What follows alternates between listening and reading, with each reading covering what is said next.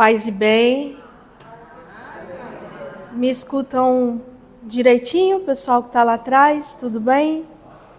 Uma alegria estarmos juntos nessa casa novamente, desta feita, para refletirmos juntos acerca da temática O Bom da Vida é Viver, a temática geral e a temática específica, o que é a vida afinal.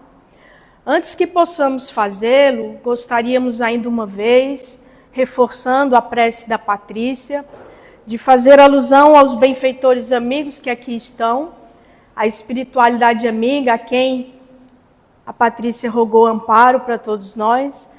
Nós gostaríamos de agradecer a esses desencarnados que sempre estão conosco nas atividades, no trabalho e nem sempre são lembrados, né? Então, nesse momento, as nossas primeiras palavras são de agradecimento àquelas entidades que aqui estão, acorrem a este espaço, mais em razão da nossa dor do que qualquer outra razão, para nos alentar, nos trazer alívio, fortaleza, ânimo, esperança, robustecer a nossa fé. Vocês acreditam nisso? Acreditam que há espíritos aqui? Sim. Benfeitores? Mais do que podemos supor, não é? Mais do que podemos enxergar, exatamente. Então, esses irmãos e irmãs que desencarnados vêm em atendimento aos nossos rogos, às nossas súplicas, o nosso muito obrigado, a nossa gratidão infinita. Que possamos abrir a mente e o coração para sentir e acolher nos níveis mais profundos da nossa alma, do nosso espírito, aquilo que eles vêm nos ofertar. Às vezes não é bem o que imaginamos necessitar, mas é certamente o que necessitamos. Então a nossa gratidão ainda uma vez. O que é a vida afinal? Vamos tentar refletir um pouco a partir da perspectiva evolucionária do espírito. O que é isso? A entrada, eu não sei se vocês repararam, toda vida que eu venho ao GEP, Água Fria, eu reparo que tem ali um dizer. Na planta, a inteligência dormita. No animal, sonha. Só no homem acorda. E emenda Leon Denis, né? O prosseguimento desse pensamento dele, exarado em uma de suas obras. Só no homem acorda, conhece-se, possui-se e torna-se consciente. A partir daí, o progresso que, de alguma sorte, é fatal nas formas inferiores, requer da vontade humana o acordo com as leis eternas. Então, a partir do instante em que o espírito toma consciência de si e torna-se consciente, o progresso requererá invariavelmente o concurso da nossa vontade. E nem sempre a nossa vontade se compatibiliza com as leis eternas. Daí porque, quiçá, o filósofo neoplatônico Plotino disse que o homem está a meio caminho entre os deuses e as feras. Essa é a nossa condição, estamos a meio caminho. E nessa condição de meio caminho, muitos são os percalços, em razão das nossas escolhas dissonantes com a lei eterna, com a lei maior, com aquilo que vige, vigora no universo e nos governa a todos, independente da nossa aceitação ou até mesmo da nossa compreensão. O espírito, dentro da perspectiva espírita, é o espírito, a vida é do espírito. Quando nós, enquanto espíritos, estamos encarnados nessa experiência, por exemplo, que estamos experimentando agora, Kardec utiliza o termo existência. Mas não tem nenhum problema nós nos referirmos à nossa vida atual usando o termo vida. Só para organizar o nosso discurso, nós vamos nos referir à vida como a vida do Espírito, essa que se dá ora na carne, ora fora da carne, ora nas experiências que temos do berço ao túmulo, ora nas experiências incorpóreas. Então a vida, dentro da nossa reflexão vespertina de hoje, para nós é a vida do Espírito. O Espírito é e está na matéria.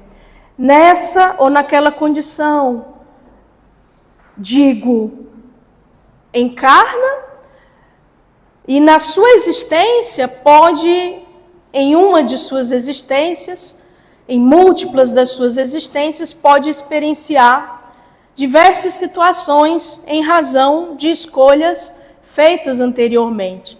Em razão também de súplicas. Uma vez que o espírito no plano espiritual, despido dessa indumentária física, ele goza de uma lucidez um pouco maior da sua destinação e também da sua origem. E dentro dessa perspectiva é que tece escolhas, faz planejamentos e decide encarnar, seja na condição tal ou qual, nesse ou naquele país, dentro de uma perspectiva maior, que é a perspectiva do ser que é e que vem à carne estar por um período experimentando as contingências que elegeu. Isso é que basicamente nós aprendemos com o Espiritismo. Mas o que gostaríamos de frisar na nossa abordagem, refletir acerca dela, é que dentro dessa perspectiva geral, o espírito antes da encarnação planeja, concebe, elege situações, decide por isso ou por aquilo, tem uma noção clara daquilo que deseja alcançar com a encarnação vindoura. Uma vez encarnados, ainda que gozando de uma lucidez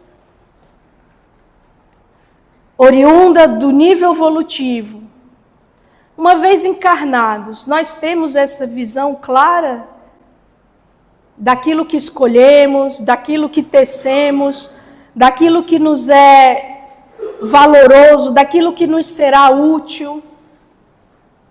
Ou será que, uma vez encarnados, em razão também, mas não só da lei do esquecimento, o nosso espírito se vê a braços na existência atual, com situações, às vezes, frente às quais não sabe como lidar?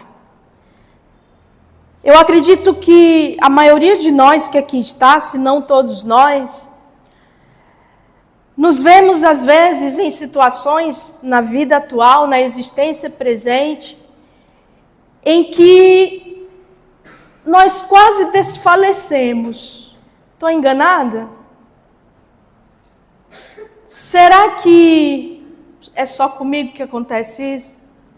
Às vezes a gente se vê a braços com situações que não sabemos bem a razão pelas quais estamos a experimentar.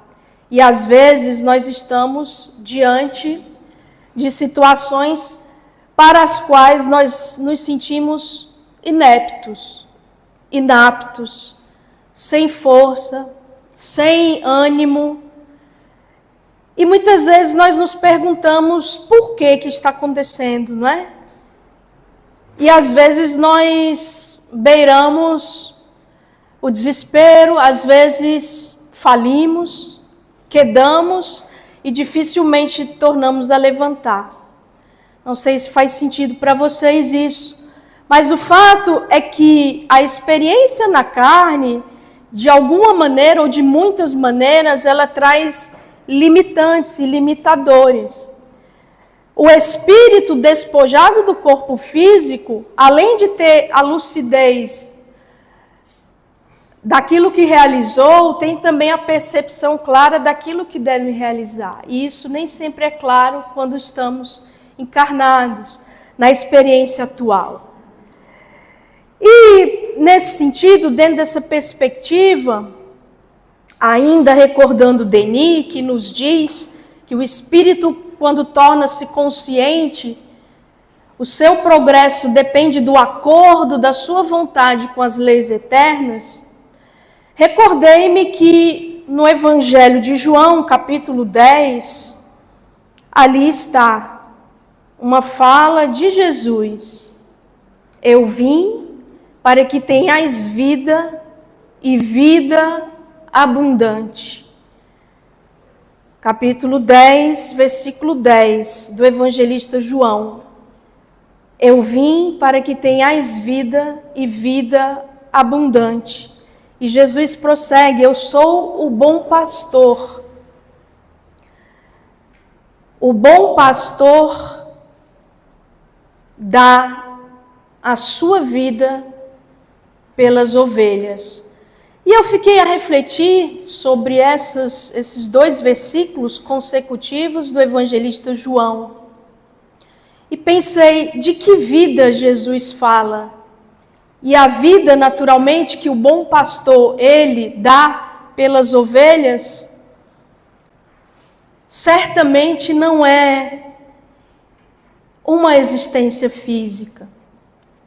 E aí, o Espiritismo também nos auxilia a compreender o papel do Cristo, o papel de Jesus, o Nazareno, que esteve conosco nessa indumentária física, com essa personalidade, há mais de 2000 anos, mas cujo espírito é o Cristo da Terra.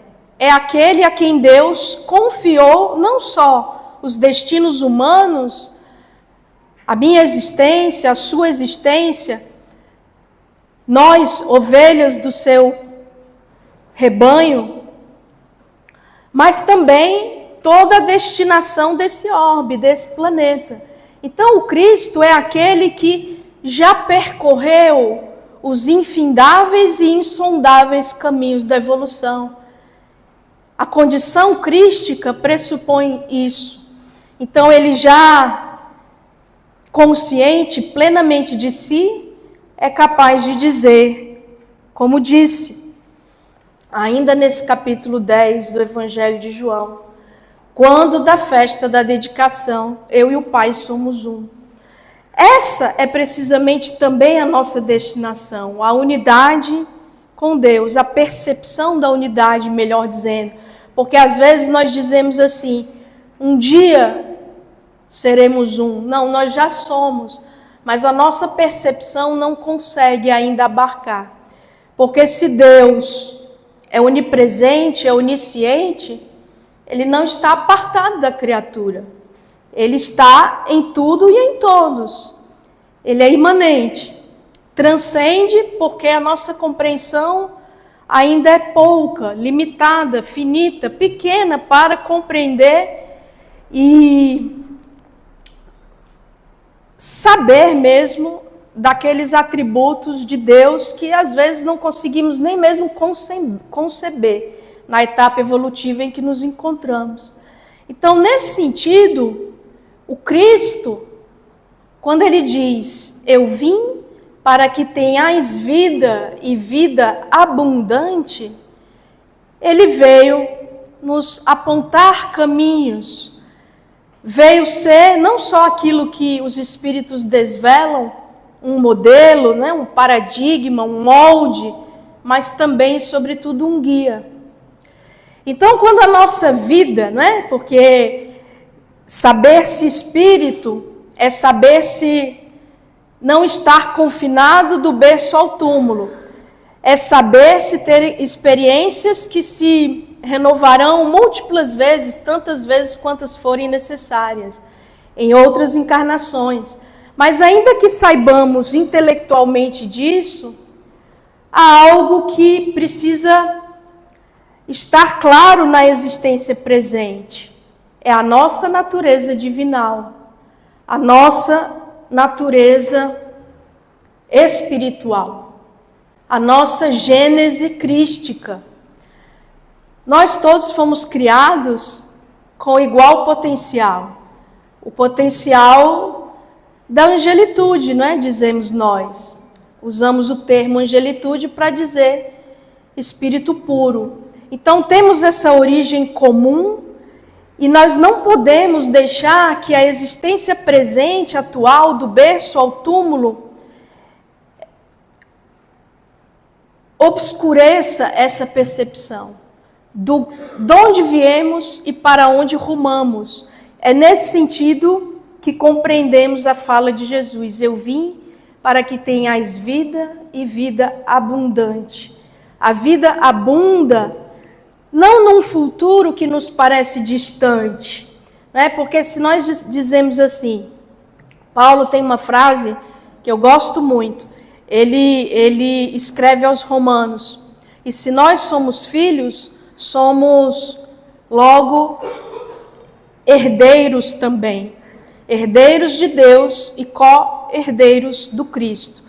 Então ele vem nos dar conta daquilo que nós herdamos. Mas o que significa herdar? Não é uma palavra que diz respeito à origem e diz respeito a algo que virá também, não é? Quando nós aqui nas querelas humanas estamos a braços com heranças, é certamente algo que nos será legado, seja por pais, avós, enfim, é algo que um dia tomaremos posse, porque nos é destinado por herança.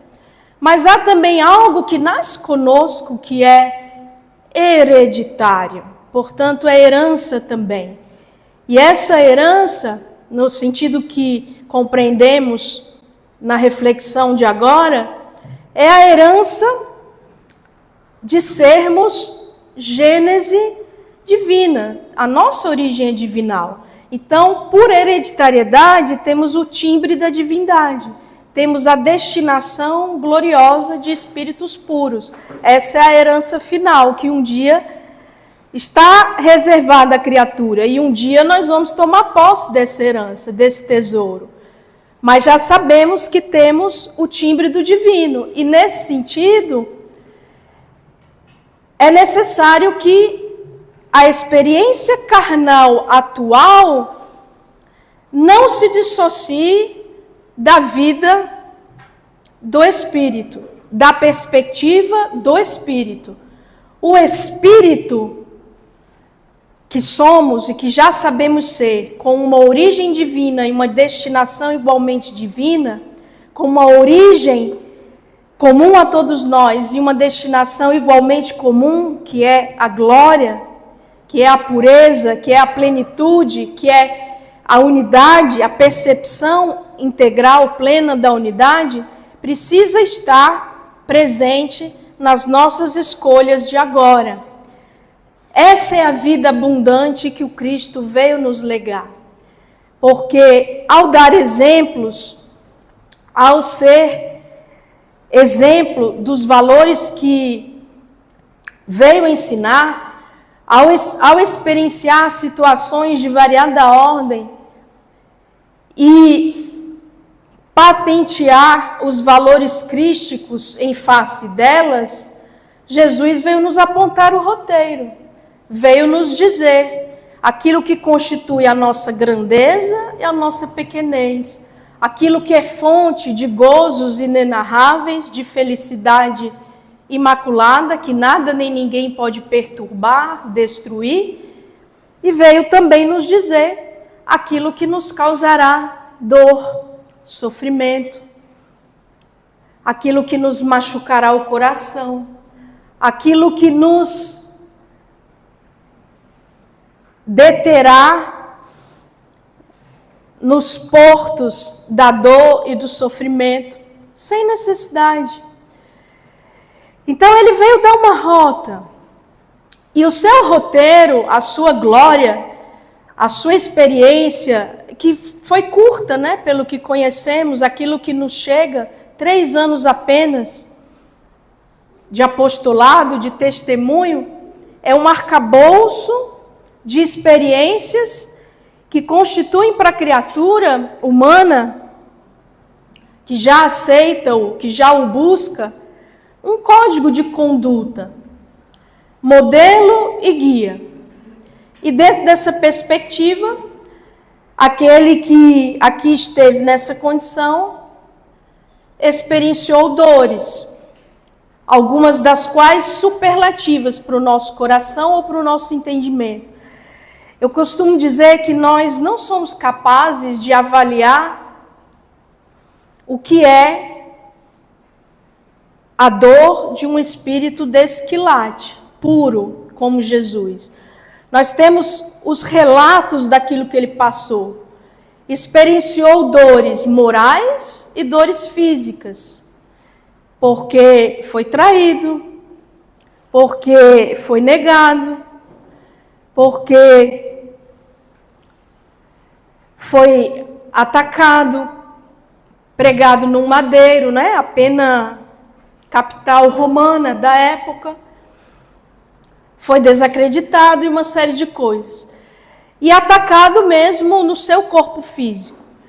Mas nada disso que para nós parece insuportável, mesmo difícil, nós podemos avaliar como foi para aquele que está numa condição que é muito distante da nossa, um espírito perfeito, um espírito puro.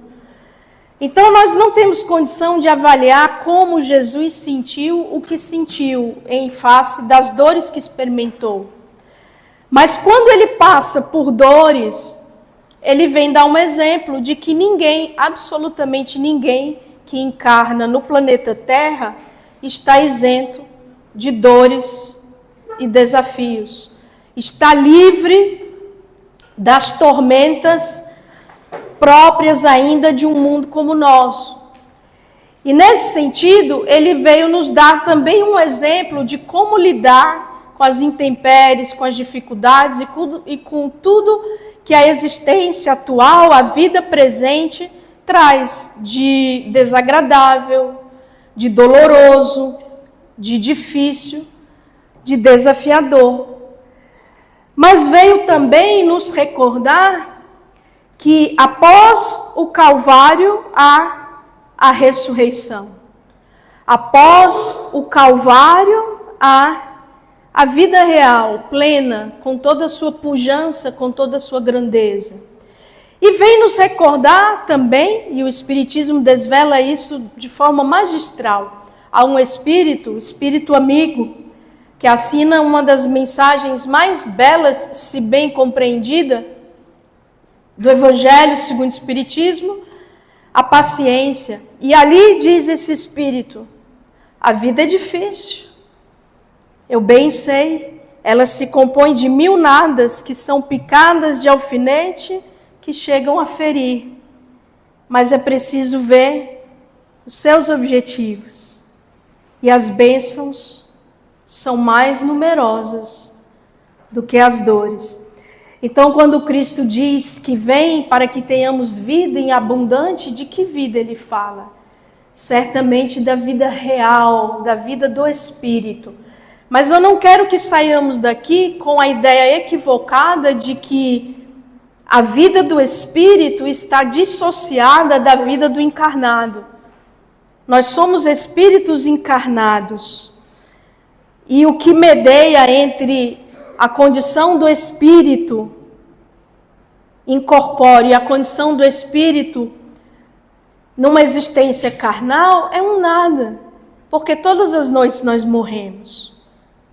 Então é preciso ficar claro que a experiência carnal atual, ou as experiências carnais, as múltiplas reencarnações, são etapas. Mal comparando com o nosso dia e as nossas atividades aqui. Ao longo do dia, ao despertar, temos inúmeras atividades. E ao voltarmos para o leito, abraçar o repouso físico, ali ficamos momentaneamente esquecidos daquilo que se passou, para que aconteça um novo dia, raie novas possibilidades. Então, assim também o Espírito faz as suas inúmeras encarnações. A vida abundante a que o Cristo nos convida a experienciar é uma vida que não depende da contingência em que o Espírito está, se encarnado ou se desencarnado. Não é uma promessa para pós-desencarnação. Não é algo que nós vamos conquistar depois que deixarmos o corpo físico. É algo que nós podemos experienciar desde já, aqui e agora. Porque a vida que flui, a vida que estua, a vida que abunda, é uma perspectiva, é uma forma de estar na vida. Quando Jesus diz que vem para que tenhamos vida abundante, compreendemos que a sua vinda instala no planeta valores, diretrizes, norte, que possibilitam a criatura viver de forma abundante, seja qual for a situação que experimente na carne ou fora dela. Às vezes, nós somos convidados a estar em encarnações em que a penúria, a miséria material fará parte. Às vezes, escolheremos estar em condições tais em que a opulência será a marca. Às vezes, estagiaremos em condição em que gozaremos de saúde física plena. Às vezes, escolheremos uma condição em que a dor será a companhia de todos os instantes. Mas independente da condição que estejamos chamados a vivenciar, por escolha própria, isso o Espiritismo desvela muito bem, não é? E Jesus do mesmo modo. Seja qual for a condição, o Espírito pode e deve, porque é convidado a tal, patentear a vida abundante. Porque a vida não depende de qualquer condição exterior. A vida é algo que medra num espírito lúcido e amadurecido. Então a vida diz respeito à nossa compreensão da vida. O que somos capazes de viver plenamente, em abundância, não depende daquilo que temos, nem daquilo que estamos sentindo. Porque às vezes a dor está nos maltratando bastante, às vezes o nosso coração está sangrando, a alma está macerada, mas o Espírito, que sabe a sua origem, sabe a sua destinação, sabe a razão de estar aqui, sabe da fugacidade, o que é isso? Da transitoriedade, né? Fugaz é aquilo que é passageiro, que sabe de que tudo aqui passa, é passageiro, tudo aqui se esvai, se transforma, nada aqui é perene, nada aqui é duradouro. Às vezes a nossa percepção não é essa, né? Quando estamos sofrendo, nos instantes difíceis, nós achamos que eles são intermináveis. E nos instantes de prazer, de alegria, em que as presenças agradáveis estão conosco, nós achamos que aquele tempo passa muito rápido, não é? Então, quando estamos bem, gostaríamos de eternizar naqueles momentos. E quando estamos mal, nós achamos que aquilo ali não vai se acabar. Então, o convite de Jesus é precisamente esse, enxergar a vida da perspectiva do Espírito. Aquele que enxerga a vida, não é? Berço ao túmulo, a experiência atual, do ponto de vista do Espírito, sabe que tudo aqui é passageiro, sabe que tudo aqui tem uma finalidade, e a finalidade não é esmagar a criatura. Isso é algo que precisamos compreender e introjetar. Porque tem uma palavrinha que talvez vocês já tenham ouvido. Muitos palestrantes usam essa palavra em palestras. Chama-se atavismo. Quem já escutou essa palavra aí? Levanta a mão. Atavismo. Já ouviram isso? Então, tem uma palavra que muitas vezes a gente usa sem nos dar conta que ela carece de alguma explicação, né? O atavismo é herança, é aquilo que a gente traz como herança das experiências do espírito, em todas essas etapas do seu processo evolutivo. Começamos citando a planta dorme, o animal sonha, o homem acorda, né? Então, essas são etapas do processo evolutivo, mas do princípio inteligente que ainda não sabe o que é. Ainda não se percebe, né? Os seres inscientes. Depois nós temos condição de saber da nossa individualidade. Em todas essas etapas, o espírito ele vai acumulando experiências. E todas essas experiências acumuladas é o que se chama, muitas vezes, se refere como sendo o atavismo, né? Eu estou dizendo isso porque a nossa condição de vislumbrar uma perspectiva melhor, uma visão mais clara, mais lúcida, mais compatível com a realidade do que seja Deus, do que sejamos nós, da nossa destinação, tudo isso sai inicialmente de uma percepção puramente cognitiva, intelectual, para ir pouco a pouco se entranhando em nós. E quando isso não acontece, né, quando essa perspectiva, esse entendimento, ele fica somente no nível mental, nós podemos até aceitar que Deus é amor, que Deus não maltrata, que Deus não castiga, que Deus não pune, que Deus não está fazendo joguete com a criação, não é? Aleatoriamente distribuindo dores, aleatoriamente distribuindo prêmios, aleatoriamente concedendo ventura e benesses a alguns e tormentas e dores a outros. Nós podemos intelectualmente saber, mas é preciso introjetar que Deus não está nos punindo quando a nossa situação na presente existência nos parece infeliz, amarga, inditosa, quando as dores nos visitam. Então é por isso que nós gostamos de lembrar que estamos todos na condição de, a meio caminho, como diz Plotino, entre os deuses e as feras. O que quer dizer isso, né? O que será que esse filósofo neoplatônico quis dizer quando disse que o homem está na metade do caminho entre os deuses e as feras? As feras, aqui representando os animais, cumprem inexoravelmente a sua destinação.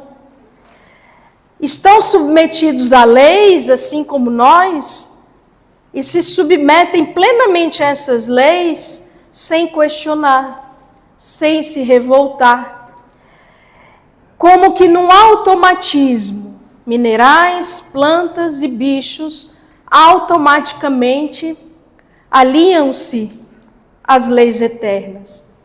Os deuses, aqui representando naturalmente a condição final da criatura, a condição de angelitude, de espírito puro, nessa condição também não há distonia daquilo que se concebe, fala, faz, realiza das leis eternas, porque essa é a precisa definição de perfeição possível, alinhar-se às leis eternas. Então, onde está a possibilidade de escolher de forma divergente aquilo que nos regula, aquilo que baliza moralmente e materialmente todo o universo, as leis divinas, as leis eternas? Nessa condição nossa, a condição que medeia esses extremos, animalidade, angelitude. Então essa é a nossa condição, mas a nossa condição não nos é dada à toa. E não é também uma, como se diz, um um desvio daquilo que é, por si só, harmônico, inteligente, sábio e justo por excelência, que é a lei divina. Não é um aleijão. A nossa existência, ela está dentro desse cômputo geral de harmonia e beleza que o universo expressa. Então, qual é a questão? Onde que estamos querendo chegar? É que a nossa existência, a nossa vida, melhor dizendo, a vida do espírito que somos, ora na carne, ora fora da carne, é tecido, essa vida é escrita, esse roteiro, essa tessitura, essa forja é nossa. E nós somos livres para essas experiências. Não há um mecanismo que nos estiole à vontade. Nós somos livres para desenvolver a nossa vontade. E a partir daí, o nosso discernimento. O mecanismo que regula, ele simplesmente devolve o fruto das nossas semeaduras. Então, dentro dessa perspectiva, nós reconfiguramos também as experiências amargas. Elas são tão somente resultado de uma escolha infeliz. Seja por predileção, a escolha infeliz, seja por teimosia, a escolha infeliz, seja por rebeldia, seja por ignorância. Qualquer que seja a raiz dessa escolha equivocada, a vida, nos seus mecanismos belos, mas sobretudo justos, amorosos e bons, devolverá à criatura aquilo que ela semeou. Faz sentido, gente? Então, nesse sentido, uma das nossas dores, quando somos crianças, né, no processo evolutivo, e acredito que a maioria de nós ainda é, Emmanuel tem uma mensagem, o benfeitor Emmanuel tem uma mensagem que vai na linha do Denis, só que dito de outro modo. Ele diz assim, o mineral dorme, a árvore sonha, o animal atende ao impulso, o homem selvagem obedece ao instinto, a criança brinca, o jovem idealiza, só o espírito consciente esforça-se e luta. Eu gosto dessa mensagem porque ela diz um pouco da nossa etapa evolutiva aqui na Terra. Eu não sei vocês, mas às vezes eu tenho a impressão de que estamos num grande parque de diversões, né? Então, quando ele fala a criança brinca, o jovem idealiza, na grande nau humana, há uma massa de seres aqui encarnados que ainda está numa infância de forma tão viva que enxerga na experiência carnal tão somente o prazer, a diversão, a brincadeira. E há um contingente que já vislumbra algo melhor, que já idealiza algo que o impulsione a vida abundante, não é? A vida abundante, ela pressupõe um espírito lúcido que consegue ter alegria, prazer, mesmo nas situações mais adversas, porque tem em mente a perspectiva do espírito, que vislumbra um porvir sempre engrandecedor, que vislumbra um futuro sempre enobrecedor, porque todas as experiências serão valiosas para o crescimento do espírito, todas, sem exceção. Então é muito belo saber que a nossa vida, ela não se restringe a uma encarnação. É muito alentador saber que a nossa vida, ela não se confina a essa experiência apenas.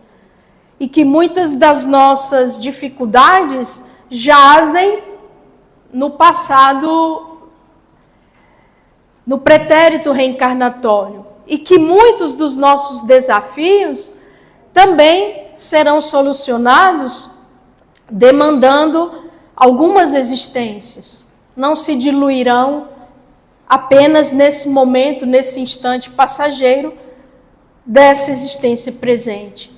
Talvez não pareça alentador para alguns isso que disse há pouco, mas há situações causadas por nós mesmos no passado evolutivo que nos jungem a corações de maneira às vezes tão estabanada que vamos precisar sim de mais de uma existência jornadeando com esses companheiros e companheiras. Saber disso, por um lado, dá alento, por um outro lado, pode nos fazer sentir desanimados de algum modo. Mas é extremamente alentador saber que nem tudo que se configura difícil e espinhoso nessa existência terá solução nessa existência. Parece paradoxal, não é? Não. Sabermos-nos impotente diante de algo, sabermos-nos parte de uma solução que vai se desvelando e se desenhando aos poucos, é alentador, porque tira de nós aquela condição de super-homens e super-mulheres que muitas vezes se percebem como salvadores de situações que às vezes requererão ainda alguns séculos. Então, o que a gente faz nessa situação, né? Eu não quero entrar pela temática da Carol, porque quando a vida não vai bem, é ela que vai nos dizer o que vamos fazer, né? Sabendo que a vida é a do espírito e a experiência atual é uma vida. Alguns dizem isso, né? Múltiplas vidas, mas o termo ideal seria existência, né? Porque o que existe é o que está submetido a um transformismo, é o que se transforma. Então, o que existe é o que está, depois não está mais. O que é o espírito. Então, somos espíritos numa experiência carnal que muitas vezes trará agruras, dissabores, dores, contratempos, mas isso faz parte da nossa marcha. Que nós possamos não nos deixar oprimir e subjugar pelas dores que experimentamos, que possamos enxergar a existência atual como esse elo, essa etapa da vida maior. O espírito sabe por que sofre e sabe para que sofre. Não é prazeroso sofrer. E nós não estamos aqui para sofrer, embora o sofrimento nos acompanhe ainda, por conta das nossas escolhas e também na nossa forma de enxergar a vida presente. Então, que possamos, robustecidos na fé, na certeza de que Deus nos ama, na certeza de que à criatura foi dado ser tão feliz e pleno quanto o Cristo, ser tão feliz e pleno quanto a maior glória que possamos imaginar de felicidade e plenitude, reais, espirituais e verdadeiras. A nós é dado a pujança da vida, a alegria em grau pleno, inenarrável, mas não provém daquilo que passa, e sim daquilo que fica, do que permanece, não do que perece. Paz e bem, paz e luz.